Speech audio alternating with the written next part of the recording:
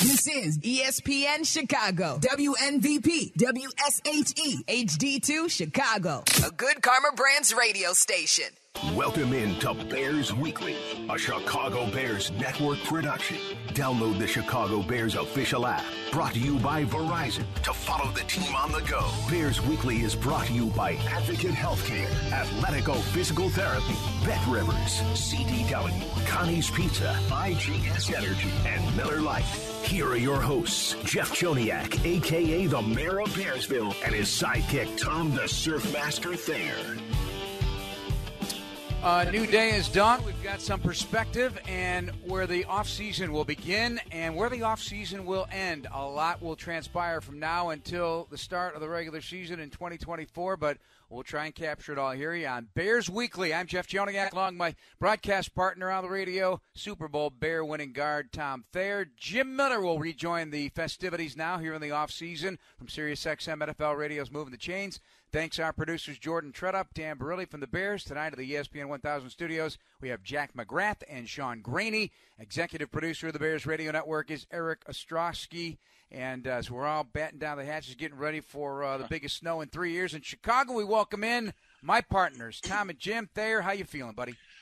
Big Jeff, I'm a weather worrier. I always have been my whole life. I always have concerns. My dad worked for Commonwealth Edison for 43 years, and the worse the weather got, the more he got called out to work. So still kind of pay attention to it, just like I pay attention to everything that's going around in the NFL. And you take everything into consideration, what's happened in the last couple days, who's coming and who's going. The Bears will still be the most talked about franchise throughout the offseason because of their draft position and player considerations. Right, and the assets to do it financially as well. Jim, good to talk to you once again. Thanks for being here. You'll be here the rest of the offseason with us, so a lot to dive into, and you're the man to do it. You talk about it on the radio on SiriusXM NFL Radio's Move the Chains every single day. Your perspective on what you heard at Hallis Hall from the big three at the podium, that would be Kevin Warren, Ryan Poles, and Matt Eberflus. Yeah, I think, strides were made in 2023. Their record reflects it. Maybe could have had one or two more that maybe let slip away, but I do think you see improvement. And why Coach Eberflus will be back, you never saw any finger-pointing whatsoever from the players on the field. I think the players played with a lot of effort.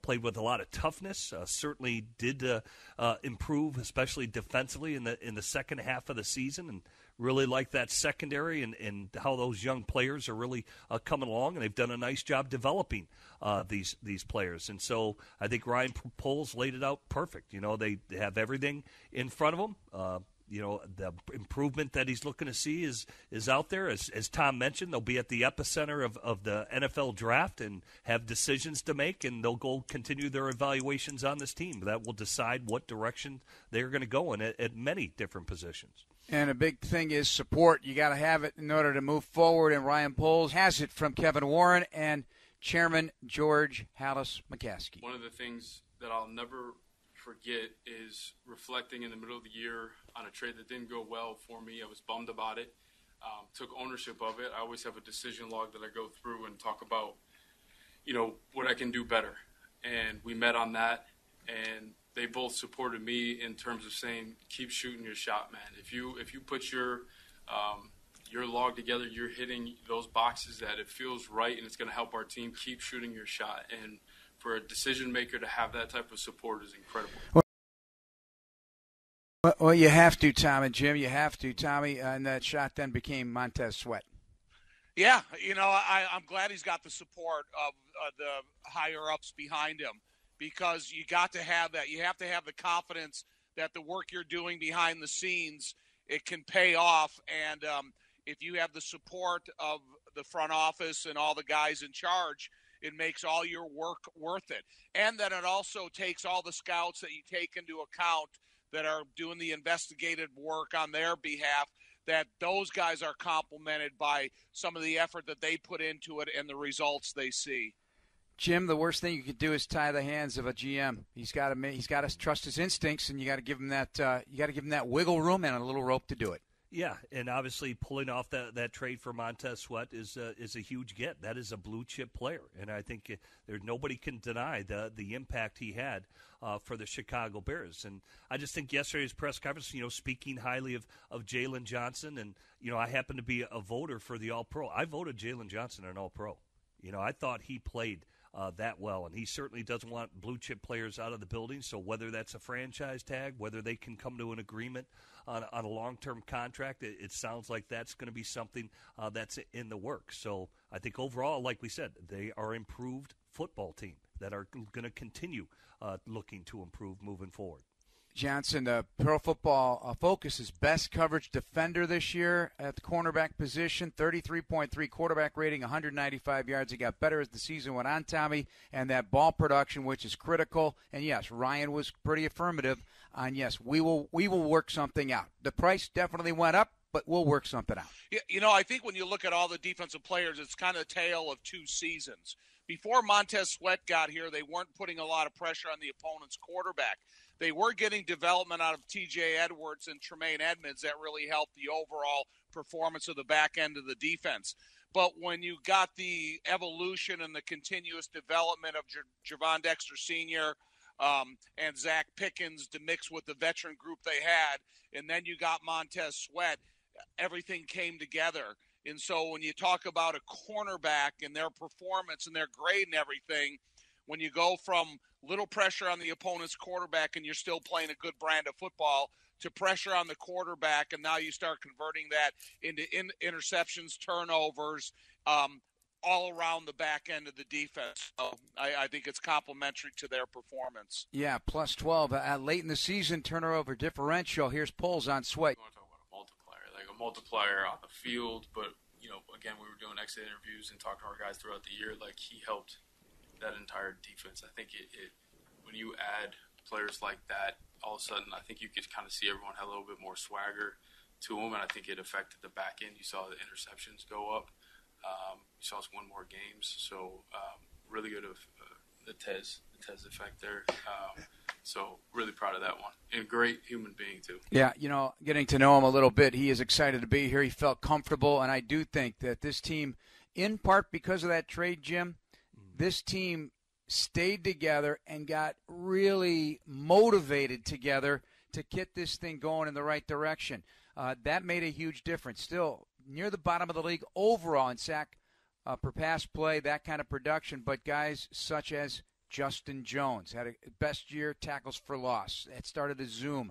DeMarcus Walker had a very nice, solid season. His numbers zoomed. And Javon Dexter Sr. also benefited from Montez Sweat's presence in the locker room and presence on the field, Jim. Yeah, no, I like the fact that, most teams, they won't negotiate with players during the year like the Steelers. They just won't do it. But you look at, re-signing Andrew Billings, who was a key component, in their ability to stop the run. So getting an extension done there. I just think the development of young players is huge. Tyreek Stevenson, I know you probably got the numbers, Jeff. I guarantee you he was up there in his PFF numbers and how he performed.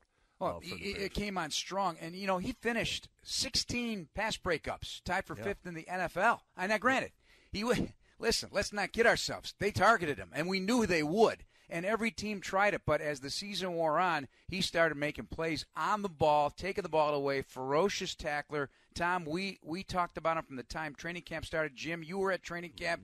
You saw flashes of it very early in the start of training camp. I never thought – the guy is confident. I mean, super confident. Put up some really good numbers, fellas. Yeah, I think he's the most physical defensive back that the Bears have. If you look at his tackling ability, his fundamental approach, how physical he is when he has the contact, I like everything that I've seen about Tyreek Stevenson. He's got a great attitude. And, again, I think when you look at the cornerback position – it's one of the most difficult positions to find talented guys. And for Ryan Poles to go out and find two of them in the same draft, it's, high compliments to Ryan. Right, Yeah. that would be Terrell Smith as well, Kyler Gordon the year before. And Jim, you heard Coach yesterday say you can't have enough corners. You can't have enough defensive linemen. You can't have enough corners, and he is exactly right on that. Yeah, right? I think it's money in the bank. They've invested solidly in the defensive side of the ball, and they want to keep that group together. I mean, look at how they jumped this year and where it can go. I just saw a confident team out there, and it just seemed like after a while, it's like once you start making big plays, they come in bunches because it's like, it's infectious. Everybody wants to get in on the party, right? And that seemed to be the case for the Bears defensively, where they really, formed themselves an identity. I think it improved every single week. Probably not the best tackling game the final week of the season against Green Bay, but, they still only gave up 17 points and gave them a puncher's chance defensively. But that is really the face of this team that they probably want to bring back and now focus on the offensive side of the ball and get that up to snuff and on par with where they want to be offensively. Heck, we made it through the first segment of the show. We haven't even touched the quarterback position. You would think that is always going to be first and foremost. We have plenty of time to dive into that, Big Jim and Tom. Thanks for being with us, everybody, here on Bears Weekly. Coming up next, we will dip into Matt Eberflus's thoughts, along with Ryan Poles. Later in the program, Kevin Warren on key topics from stadium to the first-round pick, the number 1 overall pick, the future of Justin Fields, and who might be the Bears' offensive coordinator moving forward. It's all coming up next here on Bears Weekly on ESPN 1000 and the Bears Radio Network. This is Bears Weekly with the voice of the Bears for 23 years, Jeff Joniak, on the Bears Radio Network. And this segment of Bears Weekly is brought to you by IGS Energy. Jeff Joniak, Tom Thayer, and Jim Miller. Oh, the sweet sounds of a Jim Miller, the former Bears starting quarterback in that 2001 season. I know you played everywhere, but I got to give you your props, buddy. You get in the car, you drive to Chicago every week of the season, and you go on Marquee, you do the pre- and post game, and you help us out, and we appreciate you, buddy. Well, hey, I enjoy it. I love covering the Bears, near and dear to my heart, and desperately want them to do well. So, keeping Eberflus on board. Again, I like how the team doesn't quit. I like the effort the team shows. So, and we'll see where it goes. And they've got this plan laid out, and I think they're going to see this plan through. All right, let's talk offensive coordinator. And people are throwing names out there that whom they could be interested in. That doesn't mean they are. You're going to read a lot. You're going to hear a lot. One of those individuals, Shane Waldron, Seattle's offensive coordinator, is somebody they may be ready to interview according to the reports. So, Jim, you're the man who played the position. You're the man who took the signals and the play calls from coordinators your entire career. What might fit best with the Bears, regardless of who plays quarterback? You have to consider the fact that Justin is here, could stay here. They could look and get a quarterback in the draft, or they could have both here. Everything's on the table, as indicated yesterday by Ryan Poles. Yeah, and I do like the style of offense. Obviously, Shane Waldron comes from the background of Sean McVay. So obviously, when you look at Kyle Shanahan and that style of offense, it's a run, play action offense. Obviously, Pete Carroll wanted to focus on running the football, so why they drafted Zach Charbonnet and, of course, Kenneth Walker a year prior. So Shane comes highly regarded. I think you'll hear a lot about Slowick from the Houston Texans, obviously the job he did with the young quarterback down there, and C.J. Stroud. Frank Smith, a lot of people have thrown his name out there. He's under Mike McDaniel down there for the Miami Dolphins. And I know people have talked about Greg Roman. Obviously, the style of offense with to incorporate Justin's ability to run the football. He's had a ton of success in Baltimore. Think about, they fired Greg Roman, and in his offense, Lamar Jackson was 46-17. Wow. Okay, a lot of wins. So, yeah, there's names out there, and, I know Ryan Poles, and they're going to continue to go through and evaluate everything on Justin, and I do agree with Ryan. I think everything was much better from Justin Fields, but I think it's got to be more consistent. Now, is that consistency, is it adding more players around him, whether it's offensive linemen, you got talented receivers coming out of Ohio State. We'll get into all that and see where it goes, but I just don't get, from the fan aspect of it, you can have both worlds. You can keep Justin and still draft another quarterback. It just seems like it's got to be either or. Like Justin's got to be gone and trade him and draft a guy, or Go back to but last just year. doesn't seem that seems to be the case and how it has to be that way. Go back to if you look at the LA Chargers, they had Drew Brees, they drafted Phillip Rivers, and Drew Brees played 2 years. They actually franchise tagged Drew Brees while they had Phillip Rivers. So it's not out of the stretch of the imagination that both can happen. And we'll see where the evaluations go and where it takes them. Tom, my perspective for my 2 cents worth, but you guys played the game, you know it a heck of a lot better than I. I would like something that continues to be, no matter who plays quarterback, something that builds off the run game and still has that value of the run game. And so, yes, Waldron is that type of guy for sure. Likes run after the catch guys in his offense. A really smart guy. He's worked with even Bill Belichick, so he's had a lot to work with. But I want somebody with experience calling plays, because some of the new bloods that come in or have a tie to some of these really successful they don't call plays. They may be a pass game coordinator or a run game coordinator and who it may be. I just hope it's somebody with experience. Yeah, I mean, there's so many things that I'm thinking about. It's the difficulty of learning an entire new language for Justin for maybe the 5th or 6th time in his career. Just the whole idea of how long that takes when you're talking about teaching it to 30-something guys when you have all the guys from the offensive side of the ball, including the new coaches that are going to come aboard. And then more consistency from the passing game out of Justin. Listen, I think the running game is always going to be a staple in Chicago. No matter who comes in, who brings in the system, because they're not hiring Mouse Davis to come in and bring in the run and shoot. They're going to bring into something how to complement the conditions that they play in the division and in Soldier Field specifically.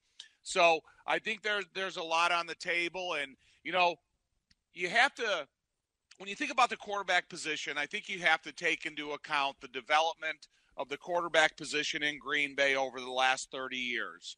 Are they showing the template of quarterback success? When they have a quarterback aboard who they really like, is a Hall of Famer, All-Pro, and they still draft a quarterback that they know they're not going to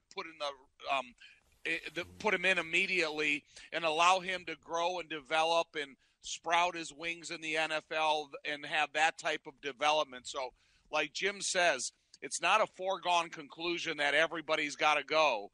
I mean, they could bring in new bodies and create a competitive atmosphere. And don't forget about Tyson Bagent, because I think he's also a guy that is a good complement to the quarterback position, and I think he'll work well. But, you got to try to develop a quarterback that's playoff ready from the first time they step on the field. And with the new offensive coordinator and Justin stepping on the field, it would be a first-time opportunity for him again.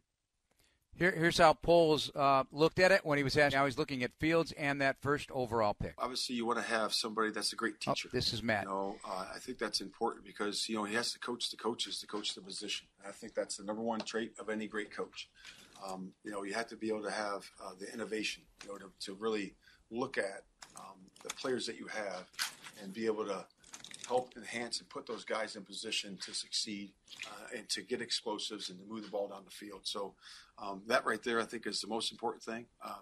The teacher part of it, and then the innovation part of it, and the creativity, I think, is going to be the biggest part. All right, so Jim, that's talking about the OC and what he was looking for, and that can apply also to a defensive coach that's going to help him if he chooses to continue calling plays. And everybody wants a teacher, Jim. Everybody does, right? Well, yeah, I think as a player, that's how you judge a coach. Are they making me better? I don't think a player, he doesn't care about whether he's been a former player or never played the game. Are they making me a better player? It was interesting. I was talking about that to Dante Scarnecchia today as it relates to Bill Belichick, and you do feel that, that's all a player cares about. No matter who they decide, you got to feature the players, and that's why Shane has been probably brought up and why they're bringing him in. Look how he featured Walker his rookie year there out of Michigan State and how he performed as a Seattle Seahawk. Look at the numbers of Tyler Lockett and look how well he did with Geno Smith. And so, all those things factor in. And I will say this, if it is a guy like Shane Waldron, because, again, he's coming from McVay, who we know LaFleur comes from that McVay system as well, there's going to be a lot of carryover. There's going to be a lot of carryover in the offense for Justin, and so you wouldn't be, taking a step back where you can stunt the growth of young quarterbacks, whether it's Bajan or a guy like Justin Fields, who has had to learn, basically 3 offenses in 4 years. So it won't be as bad of a hit, is what I'd say to that angle of it. Jim, I got a question for you, and I don't know this, and forgive me for not knowing this. Throughout the course of your career, did you ever play with the listening device in your helmet? Answer me that question, yes or no. Yes, I did. Okay, so do you think that expedites the ability for a quarterback to play because of that listening device in your helmet, and you're not spending countless hours in memorization periods when they're installing the run to the pass, the short yardage, and goal line? Yeah, I think it expedites everything, because before you'd have to turn to the sideline and you'd have to decipher signals, So I write, they'd hold up the right arm, then they got to text you in the running play or the pass protection, and then the pass play. So it became more lengthy when you did it, when you got signals from the sideline. So yeah, and if you're already, in the moment of your game plan and how much you study your game plan, I'm going to know by the down and distance what the play's going to be. So say it's 3rd and 5 in our first 3rd and 5 in the game. I already know going into the game, all right, our first 3rd and 5, we know that we're doing this. So I don't even need to hear the play. I know what it is because I know what we've discussed all week, and you just kind of go and it speeds everything up that way. Well, that's something I always thought, because I just remember quarterbacks before the listening device, how much time they spent in memorization periods, whether they were just learning the terminology of the play that's going to be called, and then you have to learn the series of signals that you're going to get. And so when you think about a new offensive coordinator coming in, and you think about them going through OTAs and then the training camp periods and then before the start of the regular season, how many times that new offensive coordinator can call that play into the helmet of the quarterback so he becomes more familiar with the language at a faster rate.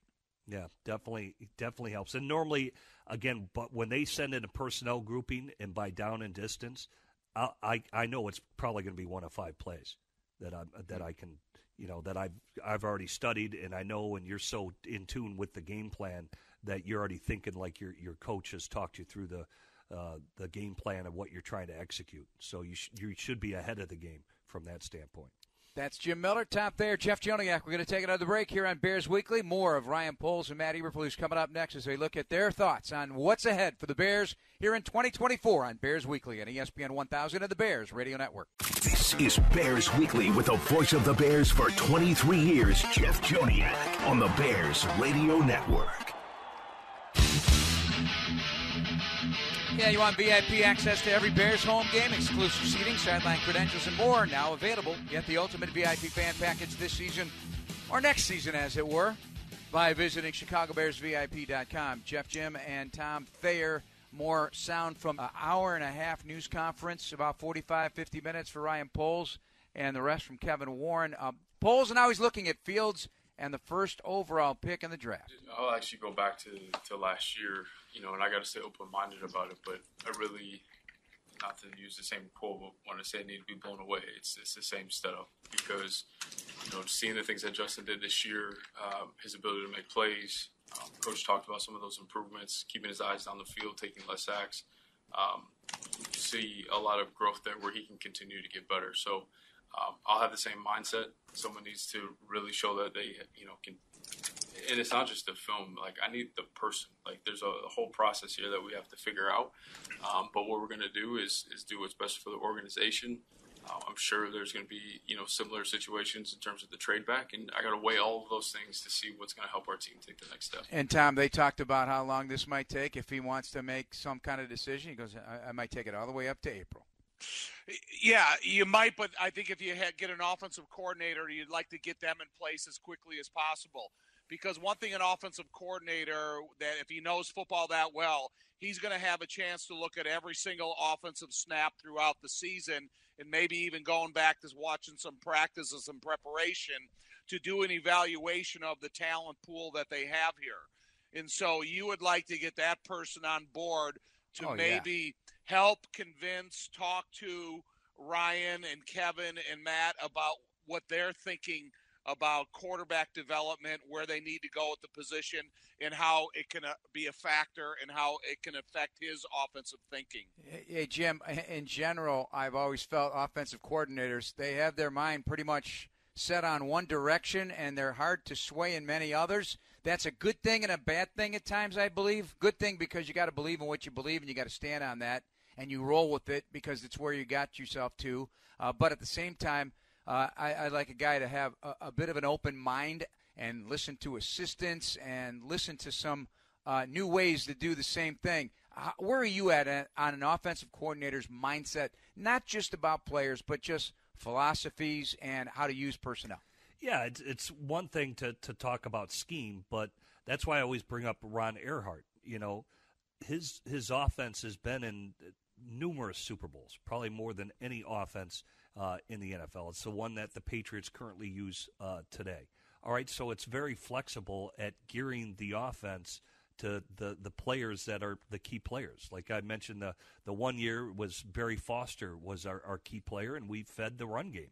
1 year, Eric Green. It was an incredible tight end. You know, he led our team in receptions with 65. And then Eric Green had some issues, and then Yancey Thigpen was brought into the mix, and they incorporated Yancey Thigpen where he was featured. And obviously when drafting Slash, Cordell Stewart had the slash role invented. So it was very flexible in order to feature key players that are big-time players, because that's where you want to focus on. And every offense should be flexible that way for that very reason, to feature weapons, whether that's DJ Moore or Cole Kmet or the running backs that the Bears currently have, and obviously Justin's talents as well. So I think you always got to have an open mind if you're an offensive coordinator, because you've got, if you've got weapons to feature, how do I incorporate all these weapons? How do I get them all out there so that this offense can be tough to defend? What branch of the famous offensive minds was Earhart from? He was unique. Every offensive numbering system is based on Ron Earhart. But guys who were behind him are like the great Tom Moore. Tom Moore, Bruce Arians, those guys were like thick as thieves. They were all in Pittsburgh at one time together. Sorry. Go ahead. Tom, how about you? What branch when you played?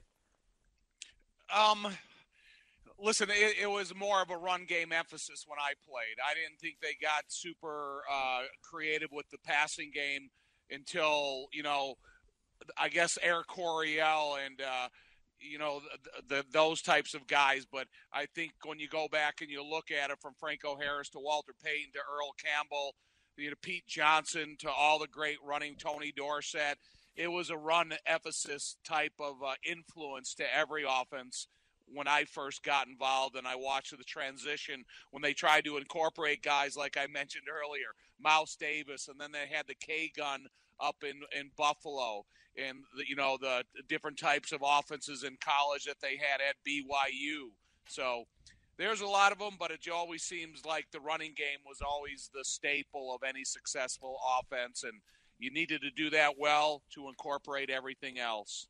Here's Ryan Poles on how field presence impacts who may be hired for offensive coordinator. Yeah, I got a lot of faith in the process that we're going to get kicked off in terms of finding the right fit. And we talked about it a little bit, but the ability to be adaptable to the talent that you have is critical. I think Matt hit it, and we saw it across the league. There's some teams that actually got better with a lot of changes. If you don't have the ability to adapt and adjust to the talent that you have at that position, it makes it really hard. So that's going to be a part of our process. Ryan, as you look at the quarterback decision you have to make, is there a world where you can draft a quarterback with the number one pick and keep Justin? Or are you of the belief that that's an untenable situation and it would have to be one or the other? Yeah, so my brain has gone crazy all year just thinking about the million different scenarios. And I'm sure that's one of them. I'll just stay very wide open with the different paths that we can go. And as we collect information, if that closes some of those pathways down, then we'll do that, move to the other ones. But I'm going to be wide open about this. And here's Matt Eberflus on what he wants the offense to be. Yeah, I think you have to have identity for sure, but you also have to be able to adjust. You have to be able to stand on something. Run of the football is one of them. And I also think that but being adjustable and adaptable is another one. Getting the explosives, which I think, was referred to there is obviously how you score points. That's how you score points. And, again, we're going to have to continue to grow that way. Hey, Jim, Tom, fellas, we're all speaking the same language here. I'm hearing the same things independently of what they had to say at the podium yesterday, and it's how you guys are thinking about the game, Jim. Yeah. Well, I think that identity of running the ball is important. Look at Cleveland, even without Nick Chubb, and how well they've ran the football this year. Right, key player that they lose, but they lost 4 out of 5 offensive linemen, but pretty creative guy. When you look at Kevin Stefanski and Bill Callahan, who's a good offensive line coach, and how they were able to run the ball. Now they're featuring Joe Flacco a little bit more. Last 4 games, Cleveland, they've thrown for over 300. The last 3 games. So that's kind of adjusting to the talent, is what I'd say for the Cleveland Browns. So numerous examples out there, and they need more balance. I think we're aware of that. They do need more explosives because there are quick scoring plays and change of direction and all those type of things that can happen that they want to incorporate to be a feared offense in the NFL, and we'll see if they can get to that point. Jeff, when I look around the NFL, and I'll look talking specifically about Green Bay and when they've gone through the Hall of Fame quarterbacks they've had, you take Aaron Rodgers out of the mix or you have him on the team, the second most important player on that team is Aaron Jones. Mm-hmm. Because everything that he can offer you from the running game to the running back passing game is a major influence on their offense. So you can have Hall of Fame talent at quarterback, but unless you have that influential running back, I think it's hard to have the overall development of the different schematic portions of an offense that you need for its effectiveness. All right, we're going to take another break here. Segment 4 coming up. We'll hear a little bit more from Poles and Eberflus, and then in our final segment tonight, all Kevin Warren and his thoughts about the direction of the franchise, the stadium talk, and all that. It's all coming up ahead here on Bears Weekly on ESPN 1000 and the Bears Radio Network. This is Bears Weekly with the voice of the Bears for 23 years, Jeff Joniak, on the Bears Radio Network. This segment of Bears Weekly brought to you by Athletico Physical Therapy. Visit athletico.com to request an in-clinic or virtual appointment and start feeling better tomorrow. Jeff and Tom and Jim Miller from SiriusXM NFL Radio's Moving the Chains. Looking at the press conference. The offseason is officially underway, and the planning is going on. Here's Matt Eberflus on what he's looking for in new coordinators, and that may include a defensive coordinator addition, certainly somebody to help him out, even if he chooses to continue to call plays. Yeah, really looking just to enhance the staff, and it's got to be a good fit. But you're looking for an all-star staff on both sides, and dynamic guys that can take from the classroom to the drill work, and then really put that on the field. And that position is going to be tying that together. Of course, and working with me to do that as well. But it's important that we find the right person that has great character. That's a great motivator, and can be in front of the room when I'm not in there, when I'm with the offense or preparing for something else and working in other areas of the building. But that's an important piece to it. And certainly, Matt, being in the NFL a long time, has many different connections. As we take a look at what he thought were positives this season, here's Eberflus. Some things that I'm proud of this year in terms of just statistically, the rush offense continued to really shine. Was 4th in the league. The last 8 games, so the last back half of the season, and then the interceptions. The interceptions were down in the last half of the season. That was really good to see. That's something we emphasized with Justin, that and the sack total, and he did a really good job of doing that. Defensively, the last 8 games, 1st in the league in scoring defense. That was really good to see the guys come together that way. We were 5th in the league in rush defense the last 8. The quarterback rating, the QBR, we were 1st in the league. So that's really proud of that. And then also the interceptions. The interception and the ball hawking that our defense displayed was really good. And then what's the most important stat is the turnover margin. How did we go 5-3 in the last 8? It was really the turnover margin, right? It's plus 12, right? That's second in the NFL during that time. So those are all winning ways. I talked to the players about that, and that's what they are. And that's proof in progress that we've done a good job there. And then just some individual performances. Of course, Cairo had a great year. DJ, Cole, TJ Edwards, Maine, all those guys had great years. Jalen, so there's a lot of guys that had really good performances there to really help us going into the future. And those are things he's always going to emphasize, Tom. He is going to emphasize the positives, even in the face of losses. That will be Matt Eberflus, and that's what he talks about with his team. In addition to going through things that need to be worked on.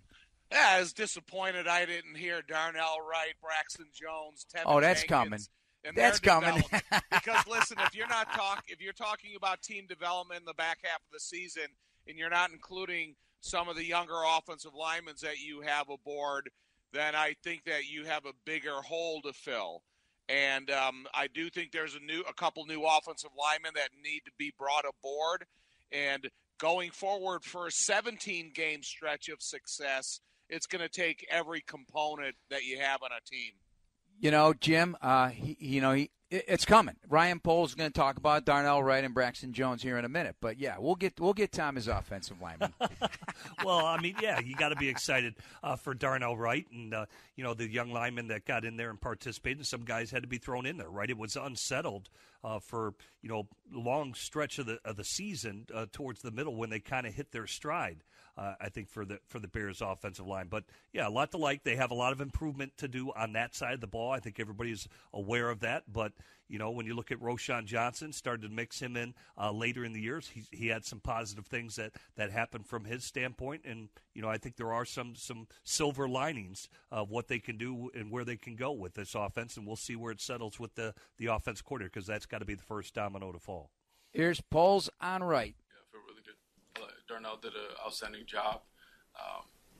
He continues to work on his technique. I think once he closes that gap, the technique gap and the consistency of using the right techniques versus the right players, there's a Rolodex that you got to build out in terms of the pass rushers that you go against, because they all have different stuff. So when he starts putting that together, you're going to see a really good player. He's out there right now, as a rookie, he was out there just using his natural ability.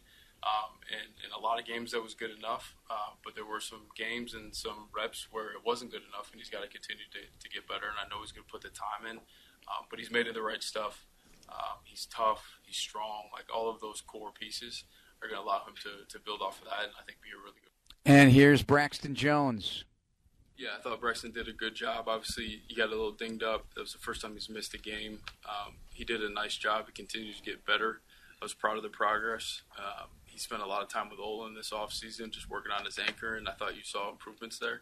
I do believe he's a starting left tackle, but if it comes down to a situation where we increase competition, then that's what's best for us, then we'll do that. But I'm proud of Braxton. Well, I think both of those guys, they have to invest a lot of time in the weight room, and I think that's got to be the thing that offensive linemen take most into consideration in the offseason. Because we're not going to ask you to run a 4.540, but we are going to ask you to try to bench 500 pounds with those types of body weights, and how much strength is confidence on the field. Kevin Warren's comments coming up next in our final segment here on Bears Weekly on ESPN 1000 and the Bears Radio Network. This is Bears Weekly with the voice of the Bears for 23 years, Jeff Joniak, on the Bears Radio Network. This segment of Bears Weekly brought to you by CDW. People to get it. Jeff Joniak, Tom Thayer, and Jim Miller from SiriusXM NFL Radio is moving the chains. Team president and CEO Kevin Warren likes what has been accomplished, where it's headed as well. And look at the progress that we've made. And so once you feel like, yes, you're not where you want to be, we're not where we're going to be, but we're pointed in the right direction. The key is having the right places, the right people in the right places, doing the right things at the right time for the right reasons. And that's what I'm focused on. So this is reminiscent of the process that we went through in St. Louis. It's reminiscent of the process we went through in Minnesota. 6-10, 8-8, 10-6, 12-4.